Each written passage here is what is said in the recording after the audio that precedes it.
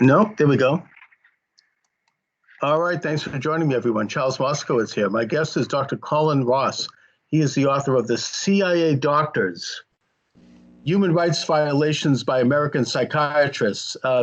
Dr. Ross, you have a lot of very interesting books up on Amazon, and this is the one that caught my eye. I want to thank you for joining me this afternoon. Yeah, it's my pleasure. Now, Dr. Ross, you get into this whole clandestine operation on the part of the CIA that goes back to World War II and the OSS, which was the predecessor agency to the CIA, and their experiments with, I guess we might call it mind control or psychological experiments on individuals, and possibly with the goal of mass population experiments. So talk a little bit, if you will, about the premise of your book and where this all got started. Okay. Well, so I'm a psychiatrist. I grew up in Canada, educated in Canada, medical school, psychiatry, and then I practiced in Canada in Winnipeg for 6 years. And then late 91, I moved to the United States, to the Dallas area. I've had a hospital-based trauma program since then in the Dallas area. And when I left Canada late 91, I'd watched James Bond movies. Beyond that, I didn't really have particularly any interest in clandestine services, CIA. And within a couple of months, I started hearing accounts of when I was a kid. When I was a kid, I was taken to a military base, some sort of lab. There was doctors, there was equipment, experiments were done on me. So basically, I knew nothing about this, didn't have any attitudes towards it, and decided to look into it. Well, I mean, it's a very broad subject. You mentioned James Bond. I think that Ian Fleming, the author of those fictional books, had some connection to MI5 or MI6 in England. And he had more than some connection. He actively worked with them and for them. Okay, and the Tavistock Institute in London, which was sort of interconnected to this OSS operation, which eventually became known as MK Ultra after the war. Now, you're Canadian. Does any of your research talk about Dr. Ewen Cameron? Yeah, there's a chapter on him in my book. So he's interesting and important for several reasons. One is McGill University, where he was as a major university in Canada. Right. He was at various times president of the Quebec Psychiatric Association, the American Psychiatric Association, the Society for Biological Psychiatry, and the World Psychiatric Association he was prominent in as well. So he's a very politically connected guy. And he was MK Ultra 67, I think it was, subproject. And in the documents, it says that he was unwitting, which means he doesn't know it was CIA money, which is completely unbelievable and not possible. So he's a prominent leader of psychiatry who illustrates the point that all this CIA military mind control experimentation, which is very, very thoroughly documented, objective facts, not I'm getting an awful lot of noise. We are. It's okay. I mean, this seems to be some kind of disturbance, but okay. I don't think it's coming through on my end, so I think we're okay. Okay. So at any rate, he illustrates that it's not just a few rogue psychiatrists somewhere who are involved in this whole network of experimentation. It was leading medical schools, top psychiatrists, many of them with top secret clearance. And Dr. Ewen Cameron, whether or not he was witting, and I think you're right, it's pretty obvious he must have been, he was involved in some experiments on human beings that would be absolutely banned today and that were really horrendous. Talk a little bit about his work at the institute in McGill, which he worked. Which was called the Allen Memorial Institute. So before he was a CIA contractor, he did some pretty weird experiments. Like he had a theory that had to do with red light, and he would put people with schizophrenia in sort of enclosures and expose them to red light for prolonged periods of time. He also had theories about heating people up to treat schizophrenia. So he'd put them in hot rooms for prolonged periods of time. So he had quite a few oddball interests. And for the work he did for the CIA, which was also funded by the Canadian government, he did depatterning and reprogramming. So he would, and I have one of the chapters in my book is I have all the records from the Allen Memorial Institute, including his signatures on various pages. And she was a typical patient. So she was admitted to the hospital on referral from her family doctor in Quebec for sort of mild to moderate depression. She had a lot of young kids. And she got 103 electric shock treatments in a period May to September. This is back in the 60s. But each time she received electroshock, instead of the button being pushed once, it was pushed 6 times. So she got the equivalent of over 600 normal electroshock treatments, which completely wiped out all of her memory for the past, reduced her to a vegetable, incontinent of urine, incontinent of feces, can't feed herself, doesn't recognize herself, kids, doesn't know her own name. And then gradually recovered from that over a period of months, but never recovered the memory from age 25 back to birth, and lost skills like she had to relearn how to cook, how to do basic activities, how to sing and play the guitar. So this was called depatterning. And then he would put people also to sleep for days and days and days with various drugs, and play tapes over and over and over and over to program in new thoughts, ideas, and attitudes, which is horrendously destructive and crazy. Oh yeah, absolutely. And I wonder if this was part of a bigger agenda on the part of the CIA and why they were involved in this sort of experiment to figure out how to control masses of people, to try to figure out how to control behavior on a macro level by doing these human experiments. I'd say yes, no, and I'm not sure would be my answer to that. Okay. So I think there's just the individual person level, which so they're obviously interested in, they've captured this guy, or they're trying to turn this guy, or they're interrogating this guy from some foreign country. Or with our own people, how can we wipe out their memories, basically? So we send somebody on some operations. What if we want to wipe out their memories? Well, Ewen Cameron showed us how. And if we want to find out if some foreign person has been mind controlled, has got programming, well, then we need to have the expertise to figure out how to get in there and how to dismantle that. So it's defensive against individual people coming at us. It's offensive. So we have individual Manchurian candidate agents working for us. And if they're captured, they have amnesia for ever being on the mission. So they're very hard to interrogate. So it's basically controlling and influencing individual human beings. Then we get up to the population level.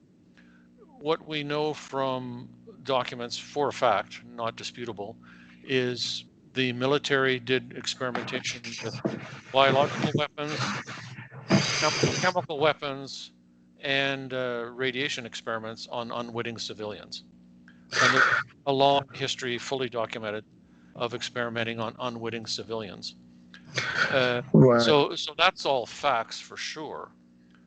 We also know pretty much for a fact, it's a little bit not locked down, the CIA's involved in having assets in the media all over the place.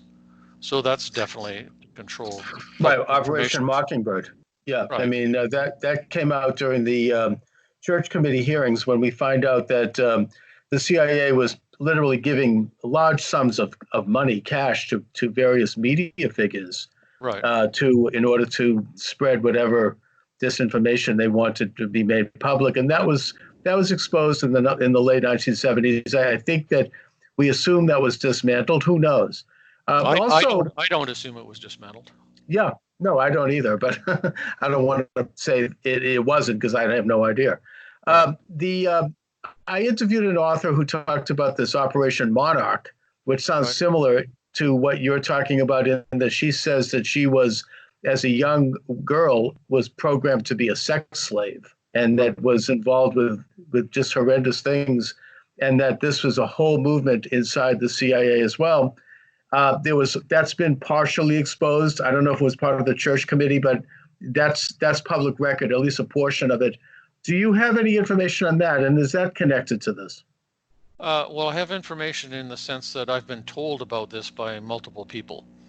Um, and in terms of documents, there's nothing on MK Ultra, MK Search, MK Naomi, Project Artichoke, Project Bluebird. Those are all the declassified ones that there's some documents on. In all of that documentation, which is 15,000 plus pages, there's not a word about any kind of sexual abuse. So Okay. there isn't any proof, but I've heard many, many, many, many accounts and claims. And I would say it's almost for sure, but of course I don't know, that Jeffrey Epstein probably was connected into intelligence, military community, and all kinds of powerful people. So it's not the least bit unbelievable that there would be operations and programs with honeypots and trapping people, getting dirt on them basically so you can control them, threaten them. Right. So Blackmail. And a yeah, lot of high level people in government and in business,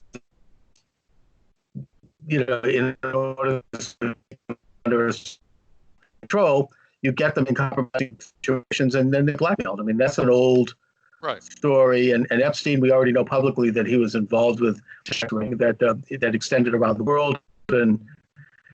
And that the Boston Globe has written about the fact that he had a private office at Harvard University, and that he had been seen at Harvard over 40 times after his conviction. So he's very connected to not only the establishment, and I think there's also not necessarily CIA connection, but I think it's been confirmed that there's some Mossad connection, and that he was deeply involved in the so-called transhumanism movement, which is a big deal over at the Media Lab at MIT, where I am here in Massachusetts. Right. And that they're involved in experiments on trying to create like a new kind of a human being that includes computer elements and computer components. It almost sounds like some kind of a Nazi, Übermensch movement Right. to create somebody that can live to be 200 years old and they have health monitored and cosmic consciousness and be able to call upon computer information inside of them. And, the Kurzweil Institute is very involved in that. And Epstein was all over that thing, like you wouldn't believe. Well, so for sure, what's been declassified. So my book is all documents. So what's been declassified for sure is just the tip of the iceberg. And Right. For sure, like if we're talking about any kind of weapon system, psychological control system, what's actually being developed currently is like we won't even hear about it for 25 years, we in the general public. That's for sure. And we know from Abu Ghraib and Guantanamo Bay that there's enhanced interrogation going on. Enhanced interrogation is just the new word for mind control, brainwashing, thought reform, coercive persuasion. So there's been different terms for it over the years. And the problem with the term mind control is it just fires up the skeptics because they go, oh, you can't control somebody else's mind. Where's the evidence? But nobody goes, there's no enhanced interrogation. And enhanced interrogation, we know for a fact at Abu Ghraib and Guantanamo Bay, incorporate all the elements that were being studied in MK Ultra, MK Search, and so on. Right. So I think just on the surface. It's not conspiracy theory, it's just facts. No. And also, just on a surface evaluation, of course, that you can control people's minds by controlling what information they have access to and what they don't have access to. You know, we form our opinions and we form our perceptions based upon what we know. And if you can control what we know, then you can control someone's perceptions, and thus you can, in a broad sense, control their minds, because that means that they may take certain actions or not take certain actions based upon what they know. At the end of World War II, a lot of the Nazi psychiatrists and people that were involved in the sort of experiments that Josef Mengele was involved in at the death camps got off scot-free. I mean, I particularly mention von Verscher, who was Mengele's mentor, who just went back to work after the war, never charged with anything, died peaceably in the 1970s. He had an obituary. He went literally back to work at his institute. And I think that that's true of a lot of them. I don't know. I mean, I only know about von Verscher's case, one other case, but I have a feeling that this is a story that needs to be told. And that makes me wonder whether or not they were part of this sort of CIA psychiatric establishment, and that they were working with them and exchanging information with them. And thus, you know, their work might have been carried on by the CIA and other groups, and that they were, you know, remained involved. Well, we know several things for absolute public fact. One is that after the Second World War, so as you mentioned, the OSS was during the war. It was disbanded in 45. Then in 47, much of the same personnel formed the CIA in 1947. Right. And we know that the CIA recruited and used Reinhard Gehlen to run CIA operations against the Soviet Union. And Reinhard Gehlen was formerly high up guy in the Third Reich. That's a fact.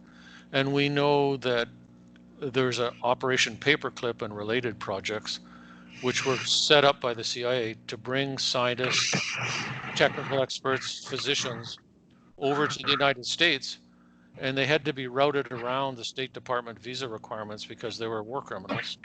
And that includes Werner von Braun, who was head of the rocket program. The rocket program, whose image was completely sanitized. He was put on the front page of Time magazine, and you know, showed there was this nice family and everything else.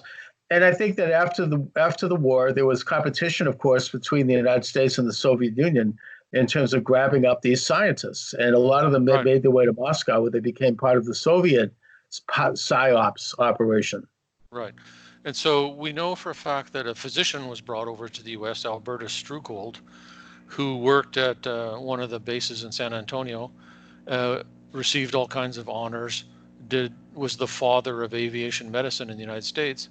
And it's a documented fact that people who reported to him were tried and convicted at Nuremberg.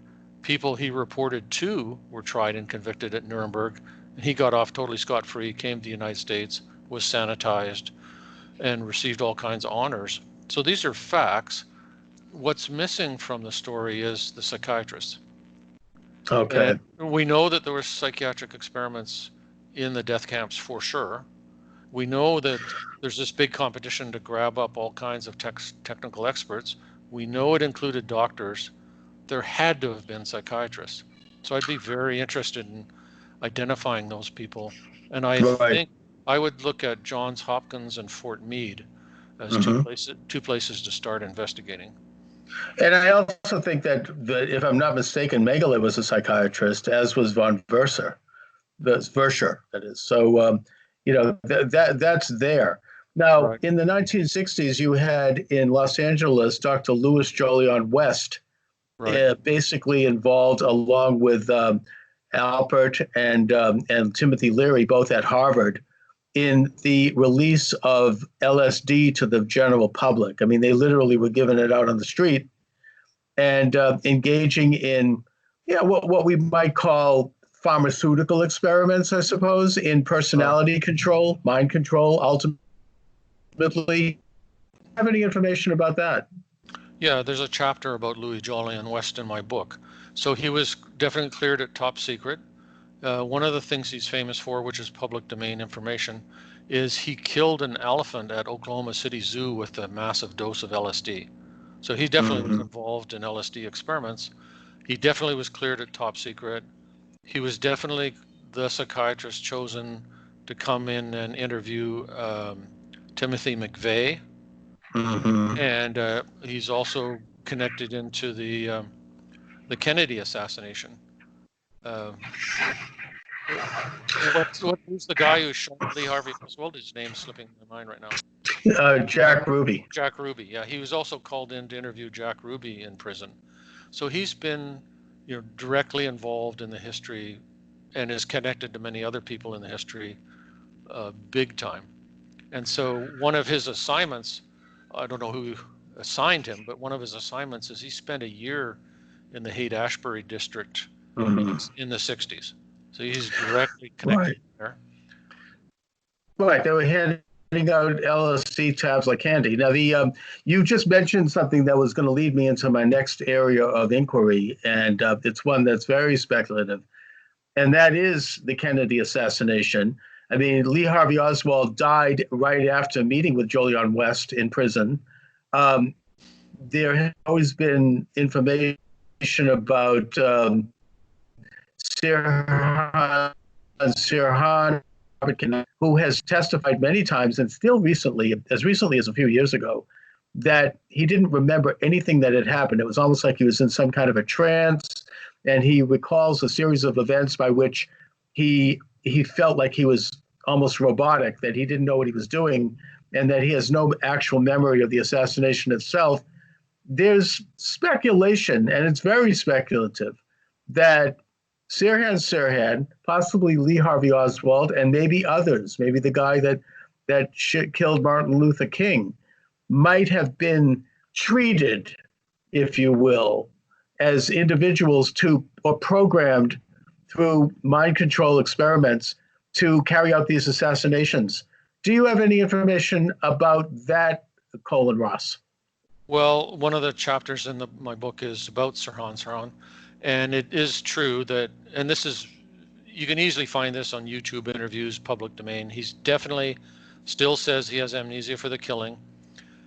He had lots of trauma over in Palestine, so tons of trauma, which could have set him up with a dissociative disorder, described as going into trance states by his mother before he even came to the U.S. The real problem is we can't lock down and prove that he was controlled by anybody, but I'd say it's very likely and possible that he was. In terms of Lee Harvey Oswald, so there's a million books about the assassination, right? But the most interesting thing to me about Lee Harvey Oswald is he worked at the Riley Coffee Company in New Orleans in the early 1960s. And his alias was Alex Heidel, which is all publicly proven fact. A guy who is involved in killing somebody in New York City, which was Frank Olson, who was going to be a whistleblower about LSD and other mind control experiments by the CIA and the military. He was killed by a guy who was very involved in all kinds of clandestine operations. And that guy had also worked at the Riley Coffee Company in the early 1960s and had a list of pseudonyms. His last name in one of his pseudonyms was Heidel. So we've got Lee Harvey Oswald, who worked at the Riley Coffee Company in the early 60s, who had a pseudonym Heidel. We've got another guy who killed Frank Olson, who worked at Fort Detrick, who was going to blow the whistle on CIA military mind control chemical operations, who was killed by a guy who had a pseudonym Heidel. It's just so far beyond coincidence. It is, and there's also a lot of strange things about Oswald having spent a lot of time in the Soviet Union in the late 50s. His wife, Marina, was the daughter of a major Soviet operative and general, I think. And it's just an amazing story of his various interconnections with different unsavory groups, I guess you might say. But in the broad sense, going back to the premise of your book, The CIA Doctors, you have here, I think it's, generally been proven that the CIA, probably working in conjunction with other intelligence organizations, um, Your phone going off there?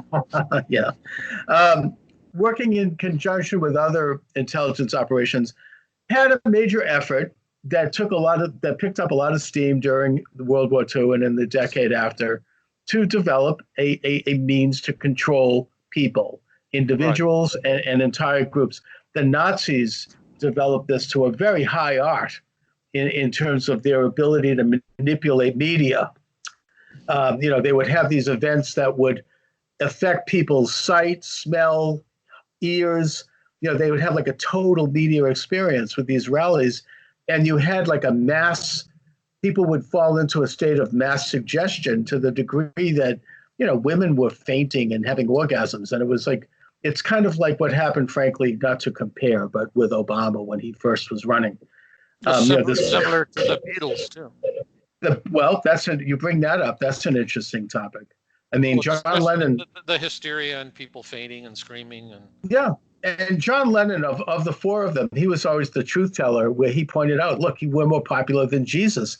And when they first came to the United States and they would step out on the balcony of a hotel and there'd be people cheering below, he'd make Hitler salutes. I mean, he was doing it as a kind of a commentary that this kind of mass, I don't want to say hysteria, but this almost hypnotic trance that people went under and it was stimulated by them, not personally, but by their parents, right. Created a situation of mind control. And the Beatles, look, I love the Beatles and I love their music. This isn't about them, but they did introduce to the popular culture and they did glamorize drug use.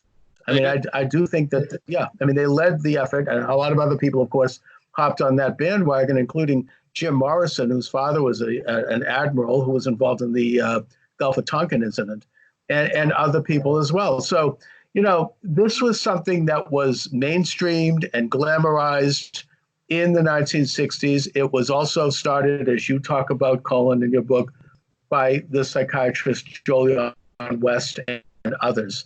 What do you have? You're breaking up on my end here. Sorry. Okay. All right. I guess we're having some technical problems. Yeah, I can hear you again now. Okay. So, talk a little bit about the counterculture and its connection to this whole story. I want to touch on Monarch, which you mentioned at the beginning there. So, Project Monarch, which I've heard about from many people.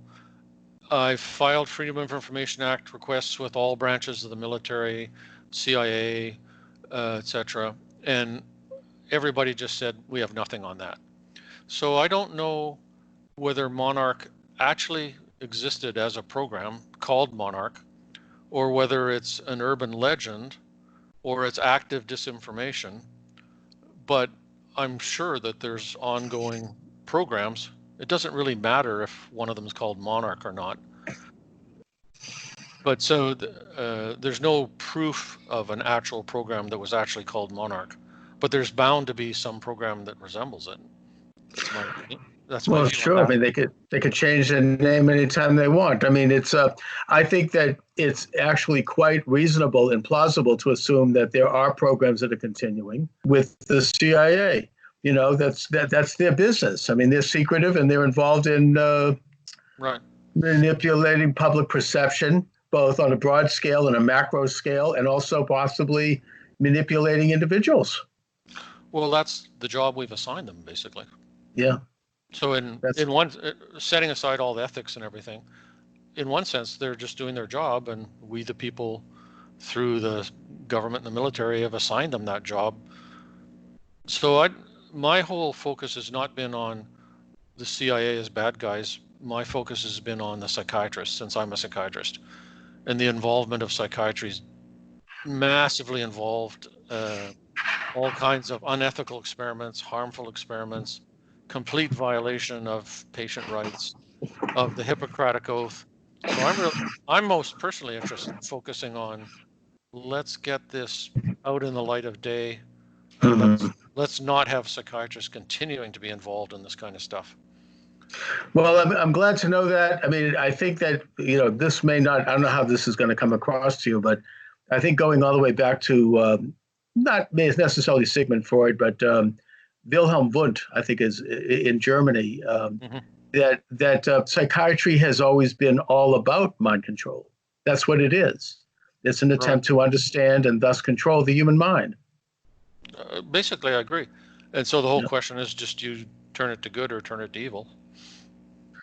how can we make sure that it is vetted publicly? I mean, your book, The CIA Doctors, is certainly a step in that direction. Well, the main problem is just everybody's too busy and too apathetic, and there's too many causes. Like, so we've got COVID-19 going on.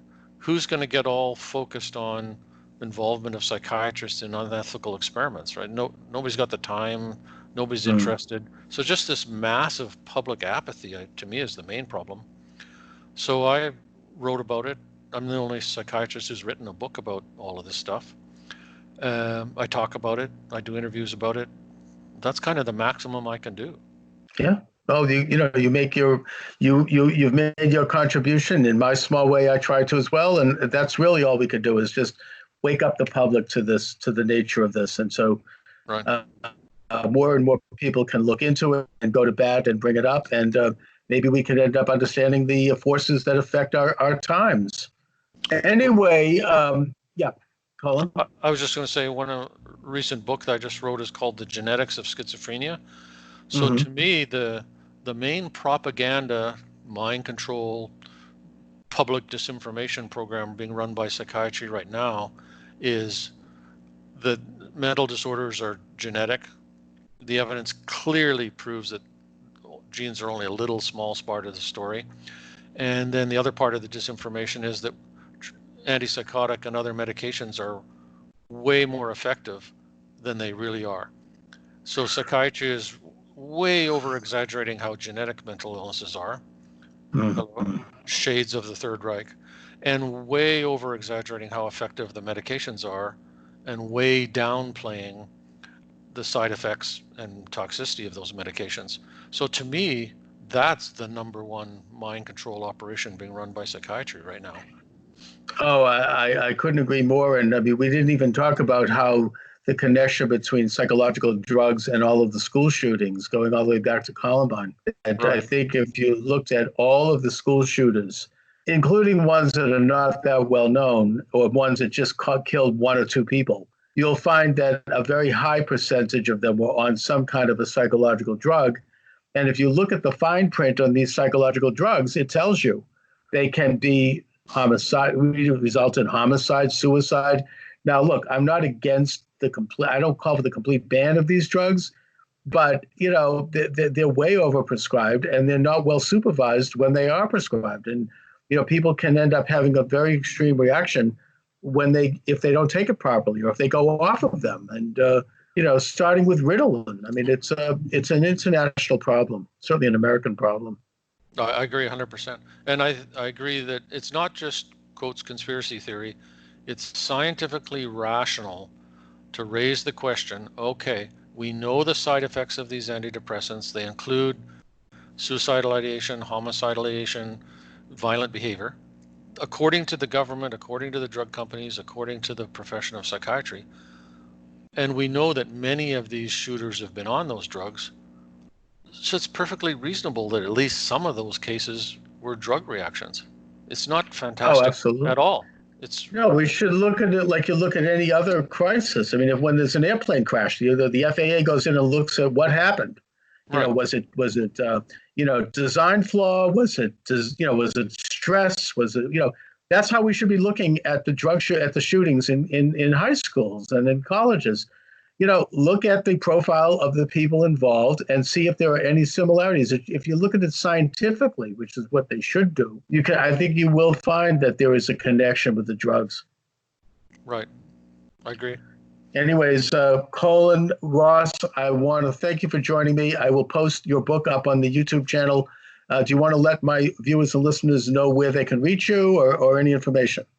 Well, you can search Colin A. Ross, MD, the Ross Institute, or the website is www.rosssinst.com, which is short for Ross Institute. So it's pretty easy to find me. Okay. Colin, I want to thank you for joining me. I hope to do it again soon. I'd like to do a series with you, actually. That'd be good. Good. Thank you, sir. And have a great afternoon. Thanks a lot. Yep. All right.